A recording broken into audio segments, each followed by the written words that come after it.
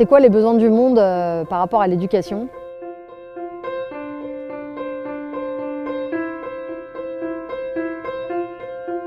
Il n'y a pas un besoin, enfin, il y a 10 000 mondes, quoi. Donc chaque monde a son besoin.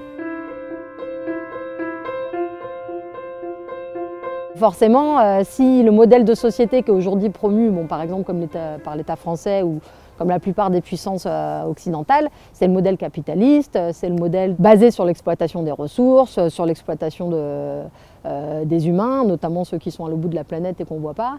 Et donc forcément l'éducation, elle ne va pas être construite dans l'objectif de se prendre conscience de tout ça pour le remettre en cause. Le modèle éducatif, il est à l'image de la société.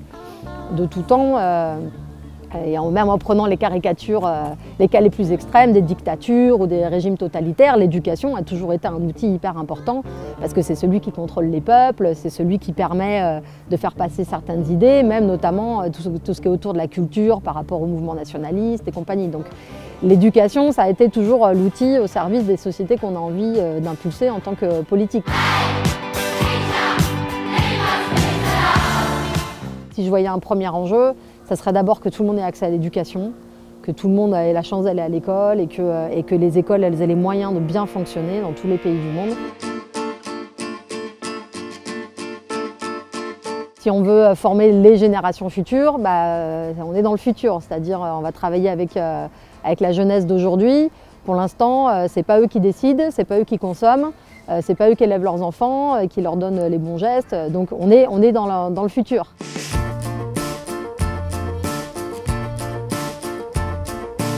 Au niveau des structures, en fait, on n'est pas tant que ça, hein, les acteurs de l'éducation, au développement durable, à la citoyenneté. Moi, je fais partie d'une ONG qui est à l'échelle nationale. Nous, on a la possibilité de voir un petit peu tous les partenaires qui existent. Donc, je me suis intéressée à ce que faisait Ygraine. Ils sont arrivés au bon moment aussi parce qu'ils étaient un petit peu en avance, c'est-à-dire au niveau des outils, par exemple. Ils étaient déjà dans le numérique, dans des outils de qualité, alors que les ONG, elles commençaient à se professionnaliser sur l'éducation. On faisait nos petites brochures, nos petites vidéos, mais on n'avait pas forcément les moyens d'investir dans des outils professionnels. Et puis, à un moment donné, nous, on avait un petit dessin animé qui marchait super bien, mais qui commençait vraiment à vieillir depuis longtemps. Et donc, on rêvait de faire un nouveau dessin animé. Du coup, on a fait appel à Ygraine tout de suite, puisqu'ils avaient cette compétence-là. Ygraine, c'est à l'origine 3 copains qui ne sont pas vraiment enchantés par l'avenir que leur propose la société. Après de nombreux voyages et expériences qui les ont rendus témoins de bon nombre d'absurdités à travers le monde, les inégalités entre les peuples, le pillage des ressources naturelles, le manque de solidarité, ils ont réfléchi pour proposer autre chose, créer de nouvelles sociétés plus solidaires et responsables. Et c'est par l'éducation qu'ils ont souhaité agir. Ainsi a germé Ygraine. Bonjour, je suis Julien Mast, le président de l'association Ygraine. Notre but, c'est de faire naître et grandir des initiatives responsables et solidaires. À partir de cette base-là, on a dit comment on peut faire pour que ça aille mieux, qu'est-ce que nous on peut mettre en œuvre. Les grands équilibres de notre planète sont menacés. Nous le savons tous, mais nous sommes souvent démunis devant la masse de problématiques qui s'imposent à nous. Il est temps aujourd'hui que la prise de conscience se matérialise par des actes individuels et collectifs.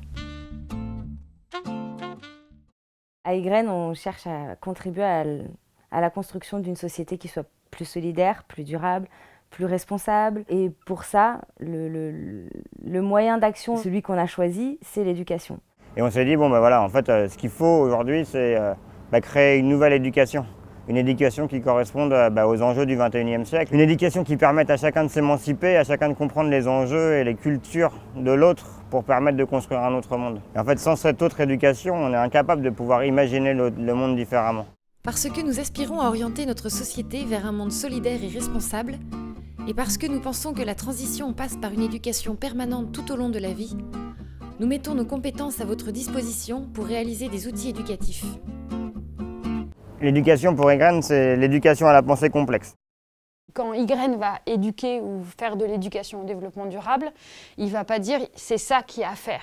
Il va dire « il y a ça qui existe, ça ce sont des faits, il y a tout ça qui peut être fait, il y a autre chose qui peut être fait et c'est à vous de choisir ». C'est de se dire d'abord on va informer les gens, sur cette base des informations on va leur montrer que c'est possible d'agir et ensuite on va leur donner l'opportunité de faire des choix en connaissance de cause. Ce qu'on veut dire c'est qu'il n'y a jamais de bien, il n'y a jamais de mal. Il y a des choix qui sont amenés à être faits en fonction de différentes responsabilités, en fonction de différents environnements. Et qu'en fait, c'est toi, en tant qu'humain, qui dois être en capacité de savoir quelles sont tes priorités par rapport à tes valeurs, par rapport aux valeurs collectives, individuelles, et savoir faire des choix. Et pour nous, l'éducation, c'est amener les gens à être en capacité de faire des choix éclairés.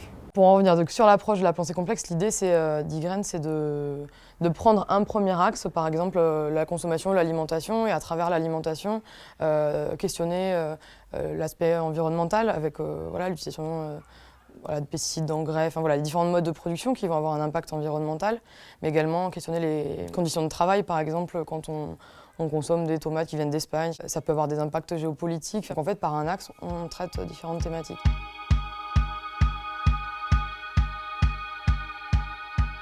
Et comment c'est ne pas être en réponse à de l'urgence, ne pas attendre d'avoir des problèmes et répondre à l'urgence, où il faut qu'il y en ait qui le fassent, mais il faut aussi, à la base, essayer d'accompagner les jeunes, les adultes, les personnes âgées, tout le monde, à réfléchir sur la société dans laquelle on vit et de voir comment est-ce qu'on peut tous contribuer à faire en sorte qu'elle soit mieux. C'est-à-dire que déjà, on a une équipe de permanents qui sont des permanents professionnels ou bénévoles et qui sont intéressés, qui viennent autour du projet associatif et qui vont lancer une idée et dire « et si on faisait ça ?»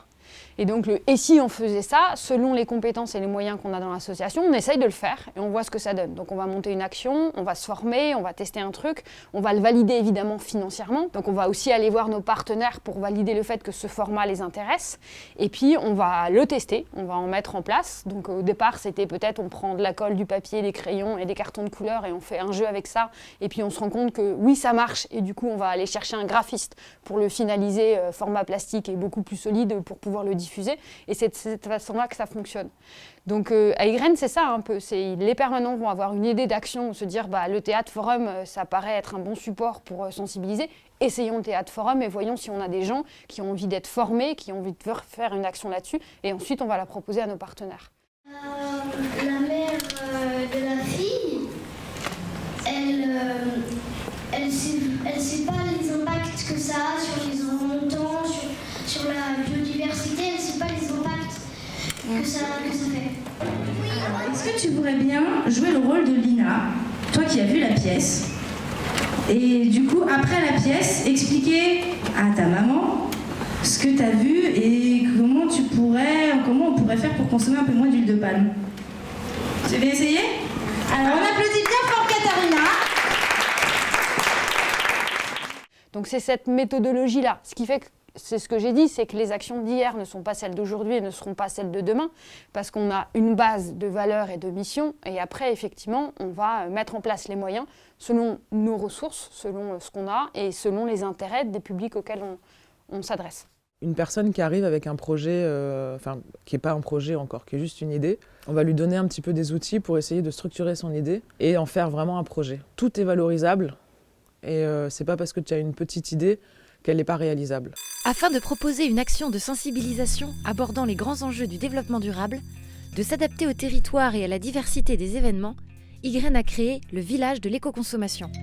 On touche, on voit bien ce que c'est les objets, pourquoi, alors qu'à l'école c'est juste qu'on écrit des leçons et qu'on apprend. C'est vrai que l'écologie c'est quand même un domaine extrêmement vaste et complexe, ça fait appel à beaucoup de différentes notions scientifiques. Et on sent qu'il y a un réel effort de laisser la parole à l'enfant, de le laisser se tromper, de laisser l'interaction entre les élèves, entre les enfants. Dans la modalité, on sent de la part des animateurs un effort réel de pédagogie. On fait des interventions en milieu scolaire, périscolaire, on fait des outils pédagogiques. On a déjà beaucoup d'animateurs de terrain qui vont dans les centres sociaux, dans les écoles, dans les associations d'insertion, qui vont dans les pôles emploi, qui vont dans les entreprises, qui prennent un groupe de personnes qui a une problématique quelconque. Et en fait, l'animateur va créer, en fonction de ce groupe, un projet pédagogique en 1, 2, 3, 4, 5, 10 séances pour accompagner le groupe dans sa réflexion et pour pouvoir trouver des solutions. Merci d'être ici présent pour ce grand événement qui est la COP 21. Je vais maintenant inviter chaque délégation représentant les pays ici présents à venir exprimer son positionnement à tour de rôle. Moi, je suis convaincu qu'à l'heure actuelle, on est encore beaucoup trop fermé sur des programmes ou sur des façons et des schémas de pensée qui datent d'un autre temps. Et qu'à l'heure d'aujourd'hui, il y a des notions essentielles qui passent à la trappe et des notions humaines qui passent à la trappe et qui peuvent se transmettre sur des trucs bêtes. On a fait intervenir c'était des classes de CE1, CE2 dans des potagers qui n'avaient jamais imaginé qu'une carotte, ça poussait en terre. Ça, c'est des choses qui me paraissent hallucinantes.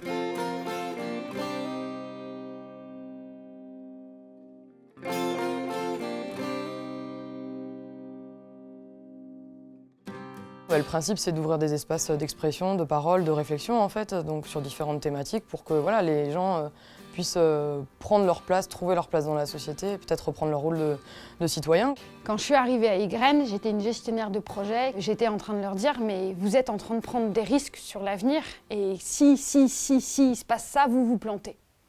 Et Ygraine disait, ouais, et alors ? Si il se passe ça, on va se planter. Mais en attendant, on aura fait travailler 14 personnes depuis 5 ans, on aura touché et on aura sensibilisé 500 personnes ou 5000 personnes et on aura fait toutes ces actions pendant 5 ans. On va se planter ou pas? Mais en attendant, on a fait tout ça. C'est une asso qui essaye de rendre possible les utopies.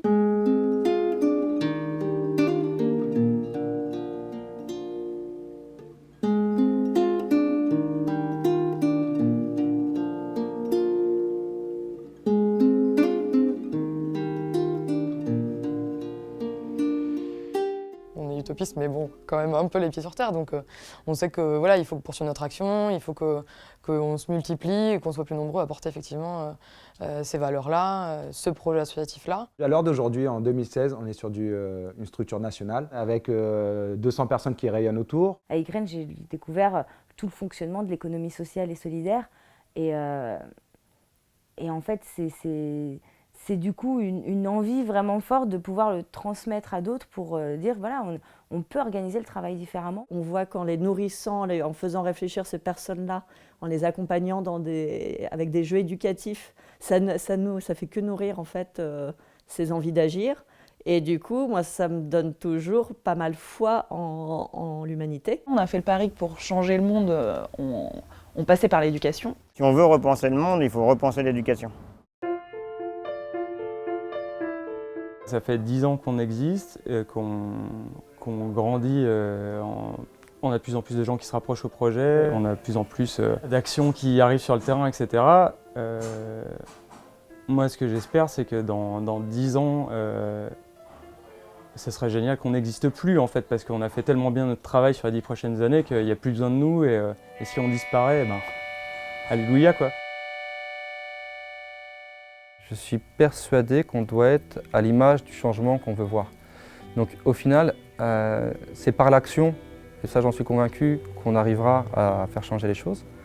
Je suis convaincu qu'on a notre part à faire et qu'en tant que consommateur, en tant que citoyen, qu'en tant que personnes vivant sur la planète, on a tous une part à apporter et je suis persuadé qu'en passant ce message, en éveillant davantage les consciences sur le fait que juste ta petite action multipliée par le nombre de personnes qu'on est apportera en fait un résultat. C'est là-dessus que milite Ygraine, c'est là-dessus que travaille Ygraine et je suis convaincu et persuadé que c'est le message qu'il faut faire passer.